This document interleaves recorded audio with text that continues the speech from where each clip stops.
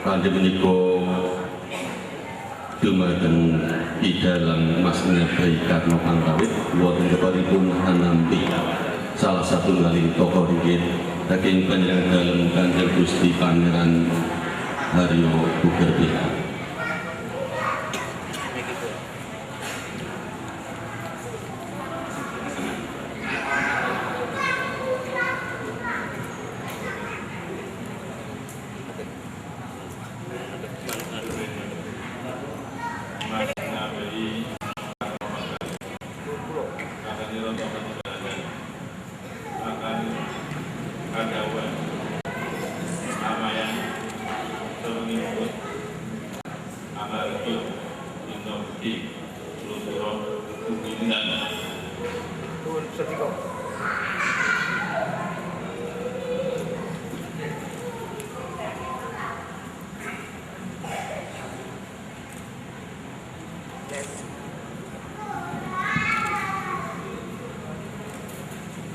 Jadi saya sendiri tokoh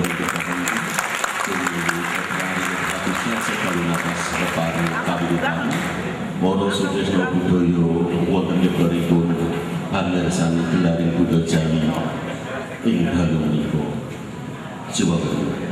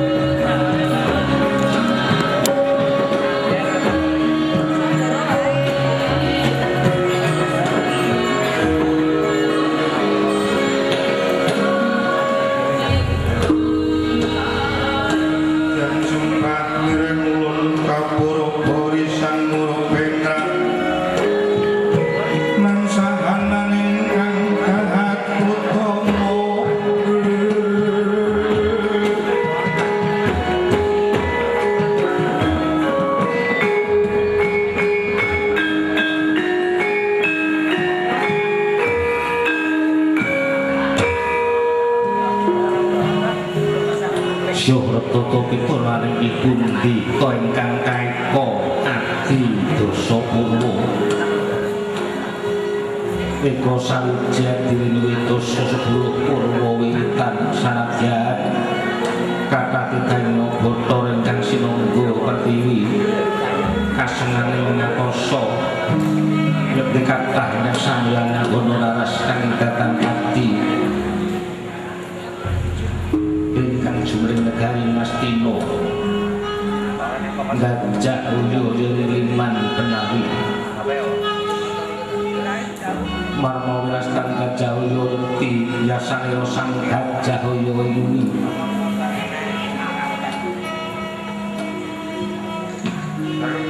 mula wirastan negari Ngastina satu kedaton sang Prabu Hasti milo kinaryo berbukaning carito mukuyo negara satus panantuk kekalih rajan sewutan jagat sedoso saya kinagara Ngastina negara panjang tunjung pasir piro jenari gemahari Pak Tarto Toto Raharjo panjang sido putrapan tunjung luhur kami dawane pasir samudra ukir gunung ya di negari Ngastina ngukuraken pagunungan ngringaken pasabilan ngayunaken bandaran agung pulau tulus kang sarwa tinandur jinaru murah kang sarwa tinuku omah lantai dagang layaraing tendalu anglur sultan wonten pedote Ripah Janma Wanca ing sami bebara saking kitha praja negari Ngastina jejel kitab dan juga tepung paritis papan jembar ketinggal rupa awit keng poro bedagangan raja tebing parang muka dini para mantri bupati yang samya kontak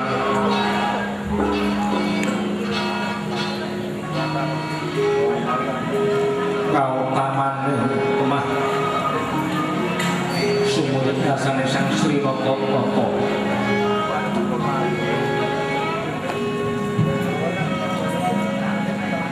ngomong kata ratu ingkang samya anumpul aris datan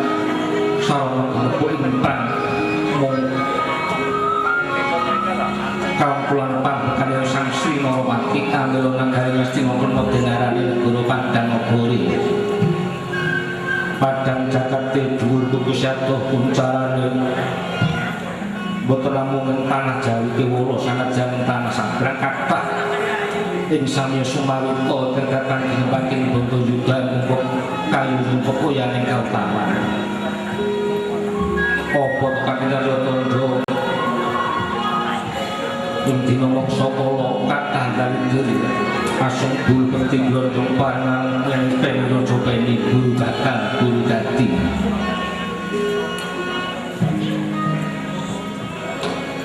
menang diucap los jejuluk sang Sri Marata Ngastina linggih jejuluk sang Maha Prabu Duryudana Nararya Jaka Pitana Narapati Jaya Pitana Maharaja Gendari Suka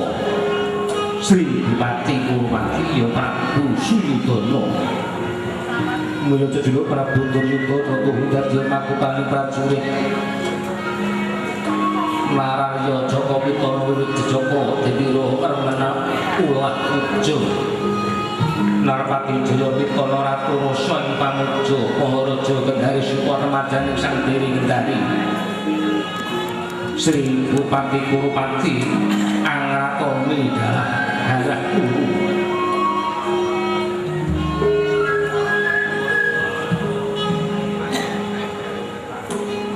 Suyudana sujud marang kepingin dono marang pawewe Seti Agung danane Sri Narawata permen paring sandang wong kawudan paring kudung kepanasen supa petruk ing kalunjun asung kudung ing kepanasen akalya supa marang kang nandang prihatin Wamuto Gindunga Yaring Jajan Lelabuhan Narindra Sarati kang wonten kendele pinggel kang merwanyawi siniget nalika semana sang Sri Narawati anu jenenge Sinewaka munggul sitinggil binatara lenggah dampar tenta ingkang pinaripet ingetna pinatik mawa kumala Pelemek kebut permadani senebaran sari dinondol-doli sajebat kastuki dan hayang para badaya sari dimanggung katanggung ingkang sami nempel kocorono banyak dalam sawung garing kacung mas dipanggu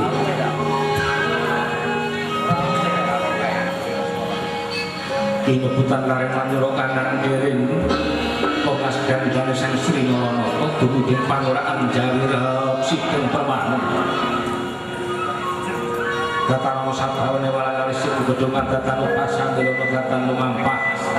kamukaken swarane peksingkuk lawan jalak kang mampu luhuring tratak pun sabawane abdi pandi mewah kemasan ingkang manggih karya kakya sopat kencaran lan pakencaran kinami buya sring pasewakan sinten to ingkang caket ing rumah kapan punika bujang kaya kraton Brahmanane Praja minangka parangkara yaiku pandhita ing Sukalima para begawan Durna Resi Kunggayana pandhita putus marang saliring reksa Neskara agalembat wis kacakup datang kesamaran marang obah musing manusa manukang mukal jana sapraja padha sungguru dateng sang apa ingkang pindha konjuning bantuan inggih para kalares dinten panandhaning Sang Sri Narana ing palasa jendar patih Haryo Sangkuni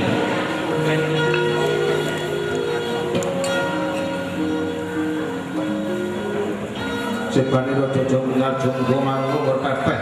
Indosata manggih krama sumambing tatapan pasebaning kadanganing dari Sang Sri Narana Satriya Tirta Tindawan Raden Haryo Kartomarmo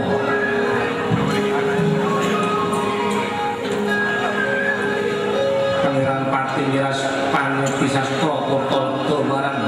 olah prakataning raja angelo kang kelan dhuwuring kendhal cinaketaken dening Sang Sri Narana ing kagedunaning Sri Narana amang galih wasitaning Jawata kang kawusita ing pasumpenan panenggih wahyu karaton ingkang dipun sakucing mukir suwe ing teka mangkon wijining panunggal Sang Sri Narana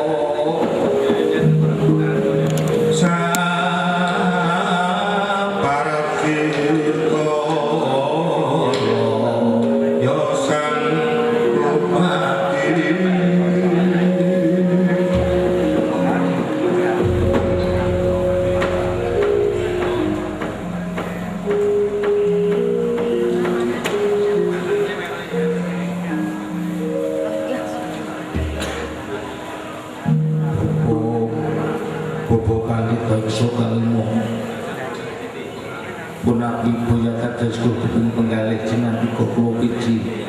mangarsa bapa peremban. Oh kang wonten apa-apan. Saking kok kagiatan sing menawi bapa anak dawuh timbalan paduka jeneng paduka indra. Lampaku saking paseban jawi napa nggih wis kula jangkah pisan. Panajan wonten suwaing jobah badhe kula tuwa wonten dawuh sabanipun paduka ingkang sinten ambek bilih paduka badhe ngersakaken jaya aji kawijayan kula kasantikan kanuragan sanadyan ilmu kasanturan ing nagesan pun boko badhe sumadya mboten badhe njilani kawula nuwun boko perempuan nggih Barjaya aji kawijayan prayogi paduka paringaken dhateng anak-anak paduka saka Kurawa dene kula cekap gayaning risah kala ing sampun tumamen napa ing kula ingkang mekaten bapa perempuan niki mesti kedawuh saha tuwin ingkang sekeco ani calora durga masa mbawani nuwun pangestu dawuh sekecan nek kula kabyantara wonten pengarsa jenengipun nggih anak Prabu Duryudana pengkoto paman hari kepatian punapi buya dadi kuping pikir pakenira manira puji ana ing ngarsa manira paman kawula nuwun sakelanten kumejut karo sing manahipun bapa nampi dawuh tambali timbalanipun paduka ingkang sinuwun sakarang kumanter manahipun ingkang bapa pindha tinebak mung lepat sinambi malah kuno upami sumber kebiaran caleret putunan kosi dawain gegelap kulir salong gol ingkang kapan dari ngalun-alun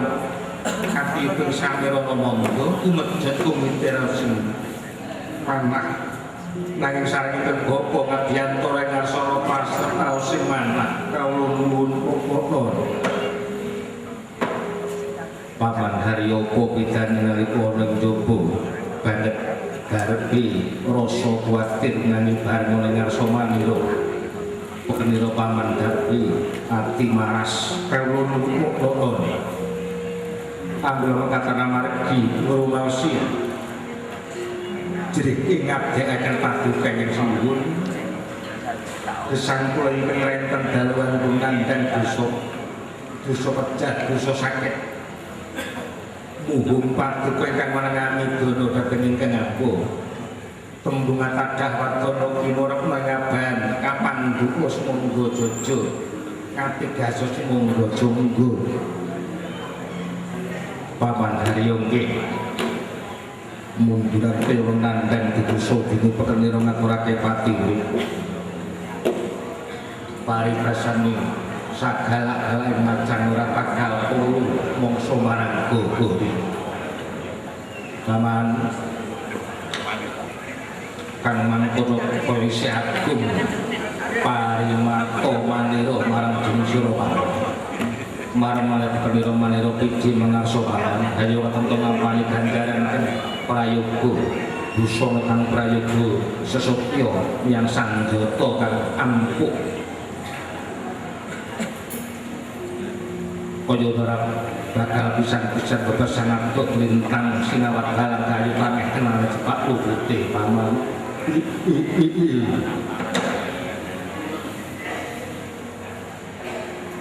sadèrènging pinara sastra manawi tilma boten badhe musik lan ndawuh boten badhe kajeng menawa monggo ingkang hukum ngajeng-ajeng ganjaran paduka ingkang senyuwun ing ngrenten daluan pun lumintir tirta narmada ganjaran kang paduka paringaken dhateng ingkang hamba mandhapipun dhateng para mantri bupati waradin dumugi para pekadhik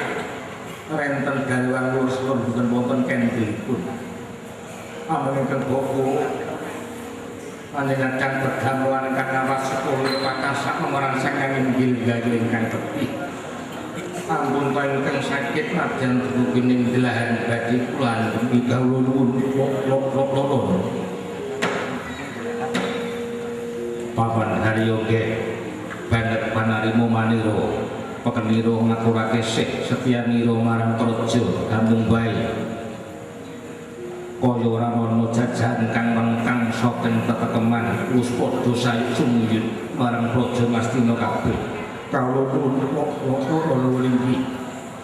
sabanjure paman kepiye kanane praja Ngastina para parampawatane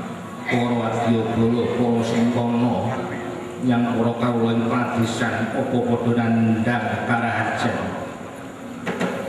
kawula nuwun kaunanipun para kawula wadyabala sentananing praja boten wonten ingkang pasulayan lair tumusing batos sadaya sami sayuk sumuyut sayek-sayek praya anggenipun ngangkat karyaning negari sirna lampah cecenilan sanadyan para kawula dasih ing prabusunan sami karaharjan tulus ingkang sarwa tinandhu jinggal ingkang sarwa timbas sempulur raja kaya punapa ingkang tanem temah subur makmur kula jinawi kawula nuwun syukur seketi jumur Paman yang para kawula manira padha nandhang karaharjan nuwun bapa penembanan saka lima wonten kang dawuh menapa nggih wonten timbalanipun balik ke boten saka lima nggih soibat wis kita nggih paduka satata lenggah kula badhe njageni kita pidato sing pasewaken nuwun mangkaken dawuh panjenengan ingkang Gusti Arum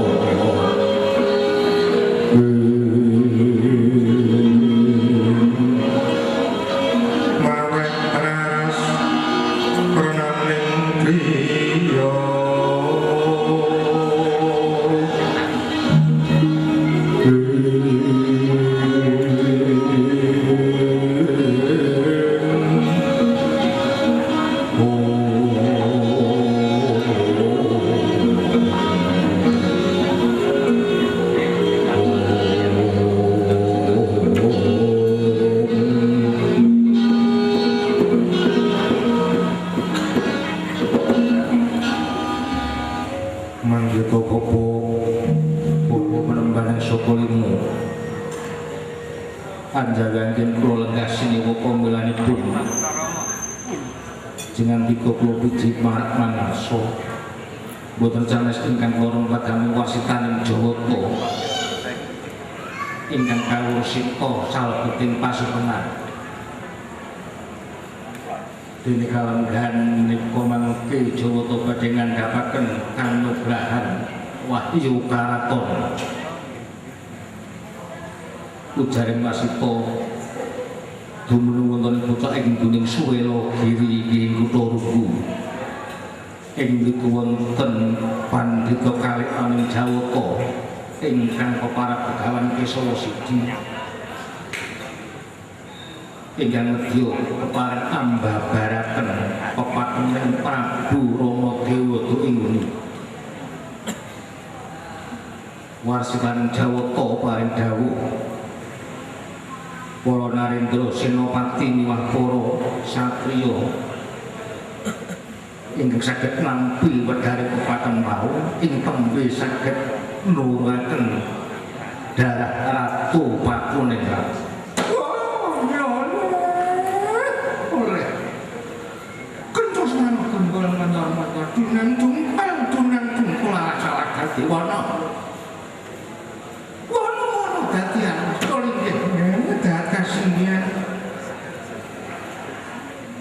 dawa kaluhuran dawuh kang ngendika paduka anggerane Prabu nuwun sadaringipun ingkang bapa sadaringipun ingkang sampun paring dawuh sumengkane marang ingkang bapa kumegah kita badhe nunjukaken inggih Pak wahyune karaton wau awitipun bapa ugi nampi warasitaning Jawata ingkang tetela boten sewah sarambut kaliyan dawuh ngendika paduka ingkang sinuwun ingkang kalajengipun kersa paduka angger pados pundi men bapa cumadong dawuh bapa peneman iki menggeng kajeng kula badhe nyarirani piyambak anyatakaken wasitaning Jawata minggah gunung kutha Rugu. Itu pas malam yang dunang jungkul alas jatipun mangkir rumiyin nggih ya. Mangkir rumiyin ugi. Sawetawis amberat sumengkaning manah ingkang gopanggung mangayu bagya dhateng lekas padukan sinuwun. Namung sadaringipun padukan sinuwun panjenengan tumurun wonten wahyu punika prayogi paratos ingkang nata utaminipun kedah winawas rumiyin ing watara tinimbang dening duga prayoga sinungguan prayogi punika Narendra sawet netepaken ing kasunatanipun makaten dengan korban ingkang bapa menawi lajeng sinten ingkang pantes kula utus dhateng kutha Rugu ingkang boten nguciwani bapa penemban wonten inggih saking pawasipun ingkang bapa ing saka lima boten sanes ingkang neraka ingkang neraka monggo anak Adipati Asukan anak Adipati karo Asusena sampun kapracena menika bebantenging Senopati ingkang sampun nate ngungkasi karya Tata Lebda sawiring karti satrika titi setiti petitis panucara titis sawiring mereka putus turta ing nggih lulus ing pendadaran Pambuyawara Kraton Surakarta negari Ngastina.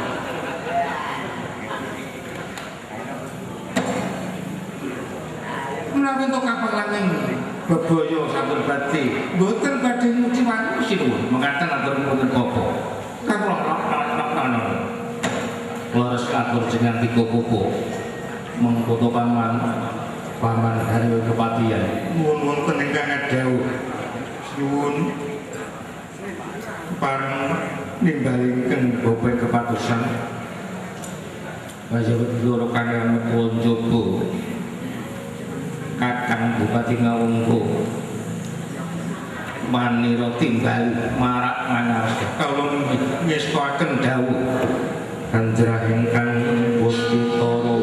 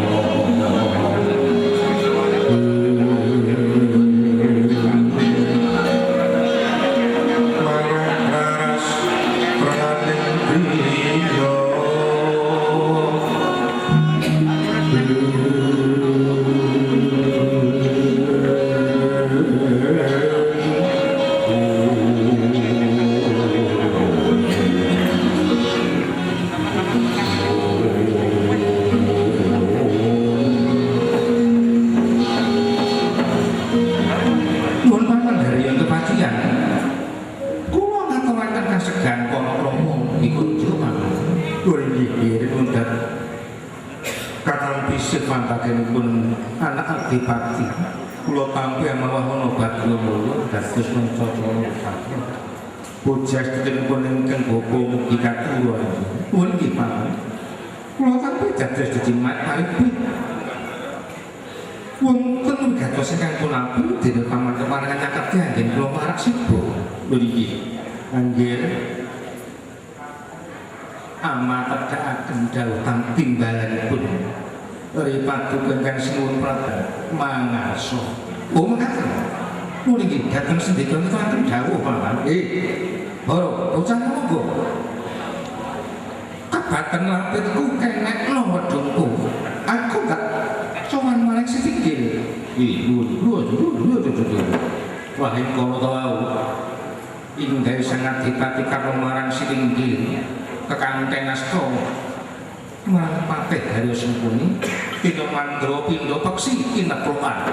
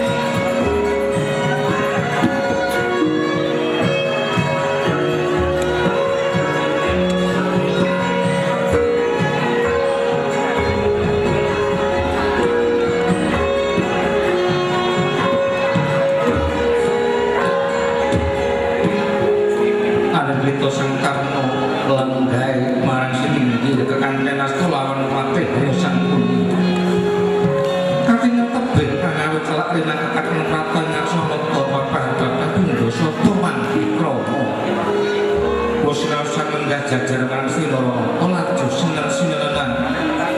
Swana Sri Rama Gobindo Kaca kancana kina sok senene Semar Patikarna Pindha Prada binabat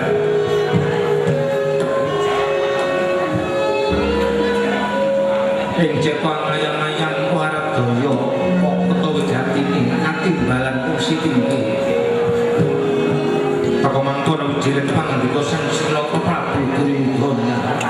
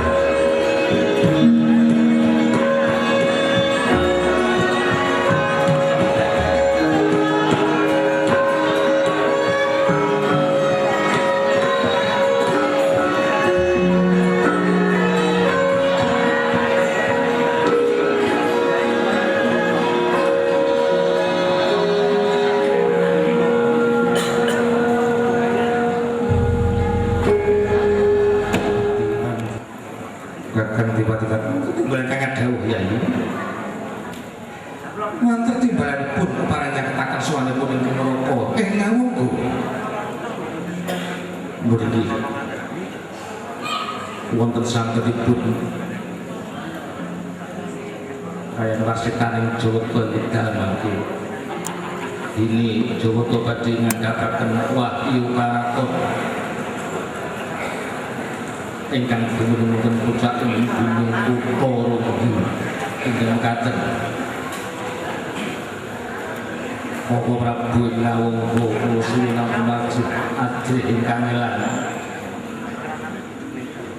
suawi kuatlu bida wonten ing gunung Kutara nak yenaken parsita oh makaten nggih tantawa dawuhipun Kyai Prabu Duryudana Dayadewata nyuwun pamit ada pasilan kamung pamujinipun Kyai Prabu batu mugi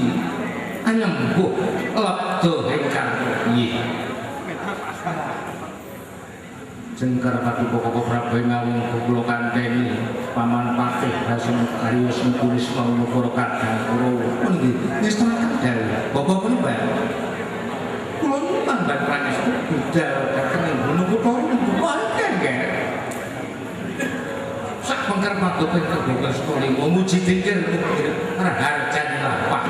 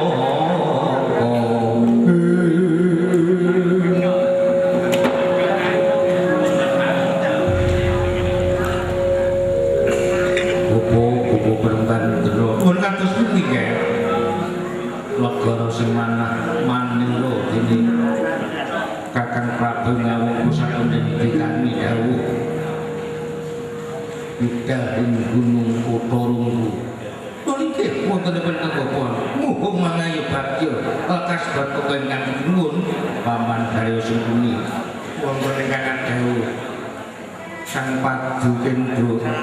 Jaweti Loro Panilan Niro Maniro Jauh Modul jengkari Kakang Prabu Karno Gunung Kutolo Jauh Kuro Kadang Kurowo supaya dijadiake jengkari Kakang Dipati Karno rumangetaken jauh keparang Madhawi Pasilan Yuda Dinten Samanku Yuh Sumbahan Ujo Monco Raharjo Iklaku Boko Penemban Durno Mulu kan jauh ya Udarakan pun kurang ketakon kumpul Ujono dalam Oro Garwo Dun wayah Pak Gubernur Monowati oh ini kan Boko Tuyang-tuyang nyul mandek maju Sukolimo Tujujuk sanggar pangwalan Cetok ngobong dupo Minto nugrang Jawa Sakit lepto karyo Kegayaan pasukan yang semua sakit kasubatan kawal Bobo berman iki Yai Kartomarmo Wupun Kang Adau Yun di balakan kodo gantung siko maniro kakakun dura kakakun lurus sudikong ngefaken dawu